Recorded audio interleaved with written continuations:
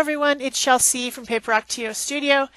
Today I am sharing with you my Pick a Stick Challenge art journal page for the month of November in conjunction with the other challenge that's going on, which is hashtag Art Journal Habit 2017, which is brought to you by our Facebook group, Art Joy of Sharing.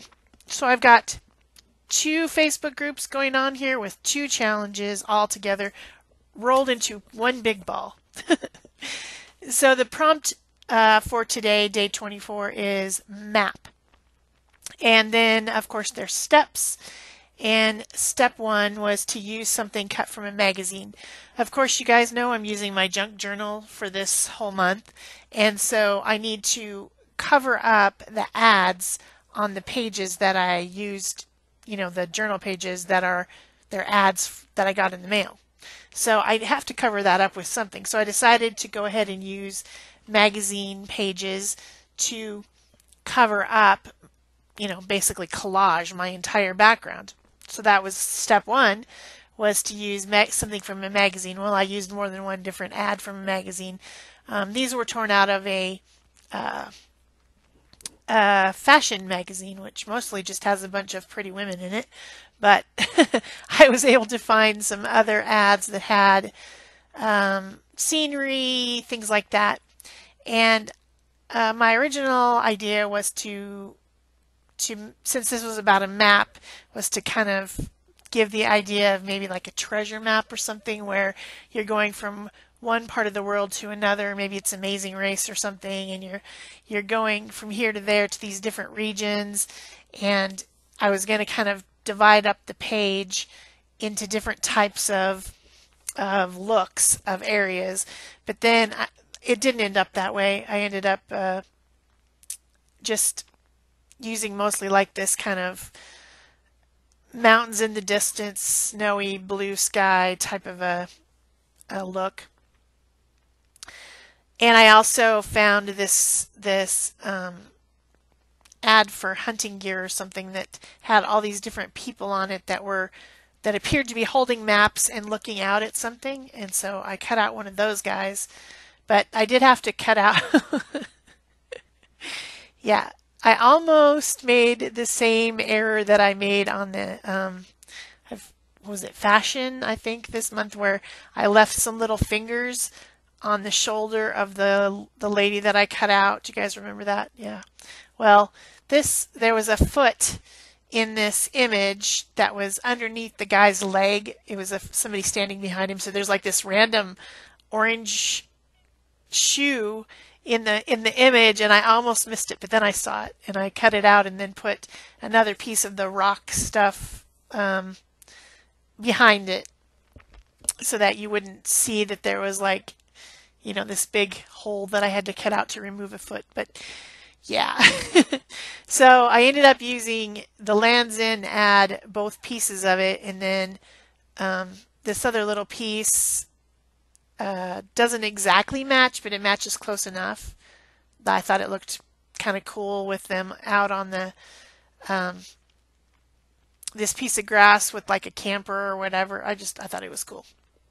So anyway, then the edge of it I filled up with some map paper picture from a Kindle ad, an Amazon Kindle ad that said something about the idea was that you can go anywhere in the world by just reading your Kindle, because you just read the stories and you can go anywhere. That was kind of the ad, and I just used the different bits of map that were in the picture to cover up that last little edge of the pages.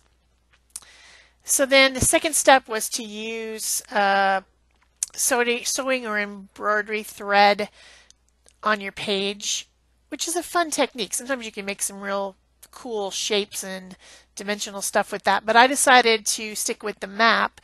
So I found some red thread. This is hemp thread that I use for sewing things into books, like what are those things called? Signatures into books. I'm still sleepy from Thanksgiving yesterday. I hope everyone had a great Thanksgiving yesterday. We had a lot of fun. I had people over and lots of food. So I cooked and cooked and cooked and cooked, and I'm still tired from that. Um, so I just kind of let my thread run across the page as if it was a road on a map, or the directions to somewhere on a map, like you're following along. And then in different places, I added some star-shaped sequins to denote that these might be places you would stop, something like that. So then the next step was add a key. And I was kind of laughing to myself as I did this. On a map, there is a thing that shows you like what the symbols mean, and it's actually called a key. And so I used an actual map key instead of putting like, what you think of as like a door key or whatever on there. I used the key from the map, and I just thought to myself, I thought I was pretty clever. And that also helped cover up those words that said Land's End on my page, which I wasn't sure how I was going to cover those up. I really enjoy these challenges of trying to make the 10 steps work, and still, especially throwing in an additional thing that I have to also be making it about a map, and then still trying to make the 10 steps go in order still work. It's very fun for me, but I think that it might not be as fun for other people to do these challenges because we don't get a lot of pictures in our there's over 1,000 people in the Pick a Stick Challenge Facebook group, but not very many people post. Maybe at the most like 20 people do pages and post them in the group out of 1,000. This seems crazy. So I think maybe other people don't enjoy this as much as I do, but I find it absolutely entertaining. So then the next step was to use some texture paste or molding paste through a stencil. I picked this Andy Skinner stencil. I think it's from DecoArt, and it has some words on it like travel and journey, things about that I thought would go with the theme of my page, which was using a map to go somewhere. And I also used the arrow from that stencil as well, and just put the modeling paste through with a spatula, palette knife, whatever you want to call it.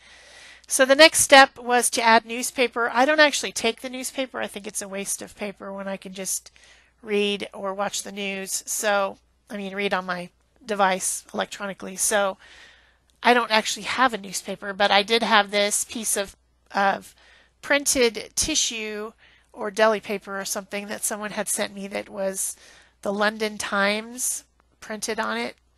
It says the London Times, then it says a good day for fish and chips or something like that. So I think it might actually be deli paper that maybe you wrap fish and chips in. But anyway, I used that, and I just extended the rocks, kind of the idea of the rocks that the little guy is standing on, kind of extended that line out along some sort of a false horizon there, trying to connect it over to this other one, which I thought was a good use of it. That's a tip about doing this challenge. You don't have to cover your whole page with every step because then it just gets silly. So just, do your step in little sections. A little section of this over here and a little section over that over here, and then you're able to fit all 10 steps. The next step was to use a random stamp set. So I picked the tree stamp set from Stampin' Up, and I stamped a few trees on there. I was using a permanent ink, Memento Tuxedo Black ink, but it beaded up on this paper. It doesn't stamp very well, so the overall effect of the stamping is very minimal because it wasn't stamping well on the paper. It's a coated paper from a magazine, Not my favorite paper. I also end up getting lots of bubbles in it. When I collage with it, I get very annoyed with this paper. People say I should use a glue stick, but glue sticks annoy me. And yeah, anyway, it's not my favorite thing. That's why I don't use magazine pages very often in my collaging. So then the next step was to add diamonds. I decided just to put on some visual texture using my Harlequin stencil, which is a bunch of diamonds on a stencil, which is one of my very favorite stencils ever. I use it frequently. So I just mixed some titanium white and some manganese blue paint and stenciled with a cosmetic sponge through my diamond stencil to add diamonds. That was step 7. Now step 8 was to make a pocket, and there's just no way I was going to add a pocket to this. So I decided to use the wild card stick, which is to use a pipette or dropper to apply color. And I was actually pretty happy with that because I wanted to add dimension to my areas where I'd put texture paste on. They're very white and I wanted to do something to them. So I used a plastic pipette and this India ink from Dr. P.H. Martin's company. It's permanent when dry, so it's a good choice to use in mixed media. And I dropped on the ink around the areas where my molding paste is, dimensional, trying to get it to run in between and make it look more make it more visually dimensional. Unfortunately, the modeling paste was soaking up the ink pretty much a lot, so it didn't do exactly what I wanted. I should have used a different type of texture paste if I wanted to do this, but of course I wasn't thinking about that when I put the texture paste on. I was thinking I wanted to use the one that dries quickly, but it's also somewhat absorbent, which is I guess the price you pay for having it dry quickly is that it's kind of spongy and strange. So it didn't work exactly as I wanted, but good enough. And of course I put the two colors, the green and the blue, on this side, so then I had to add the green and blue on the other side of the page to make it balanced. So I end up just putting like some drips over here as if there's like moss on the rocks behind this guy. That's just a little bit of green. Also, his jacket is khaki green, so it was enough of a matcher for me. And then I also put some of the blue around the arrow because now it's looking way too white in comparison to the other places. So that was step 8, which was the wild card. The wild card is there so that if there's something that you don't want to do, you can replace it with the wild card anytime.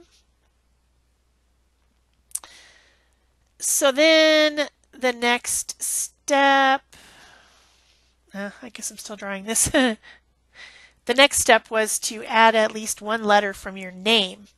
And I thought to myself, well, S-H-E-L, I could actually use 2 letters of my name, S and E, if I made a compass rose, which is something that is on a map. It is the little thing that shows you on the map which direction is north, south, east, and west. It's called a compass rose. I don't know why it doesn't really look like a rose. So I needed to be able to draw a circle, so I used a couple punches to make a true circle stencil type of a situation because my other circle circles are not actually completely round. And then I used a straight edge to help me draw the 4-pointed star shape. There's a big one and then a smaller one, like a compass, I had to look up a picture on my iPad, and I'm looking at an actual reference picture to figure out exactly how to draw this because I couldn't remember. I mean, I have an idea of what it looks like, but I didn't know exactly what it looked like. So I just drew it with my white Posca pen, and I thought that stood out pretty well on the page in just white. And then I could add an S for south and an E for east, as well as the N and W for north and west. So that took care of that step. And the last step was to write something using a paintbrush and fluid paint. So I picked high flow paint. The titanium white was actually on my desk still from something else. And a little fine paintbrush, and I just wrote this way. And then, that's by the arrow. as if to say we're going this way on the map. And then I used up some of the excess paint that I had squeezed out by making some splattery areas, which I enjoy. And also because there's so much snow in the background, I felt that kind of looked like it was snowflakes falling down on the page.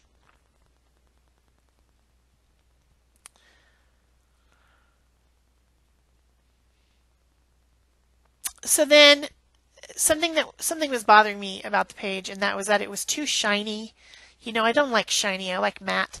So I decided to take some fluid matte medium and just put a coat of it over the whole page, seal everything in, and also try to get rid of some of the shininess.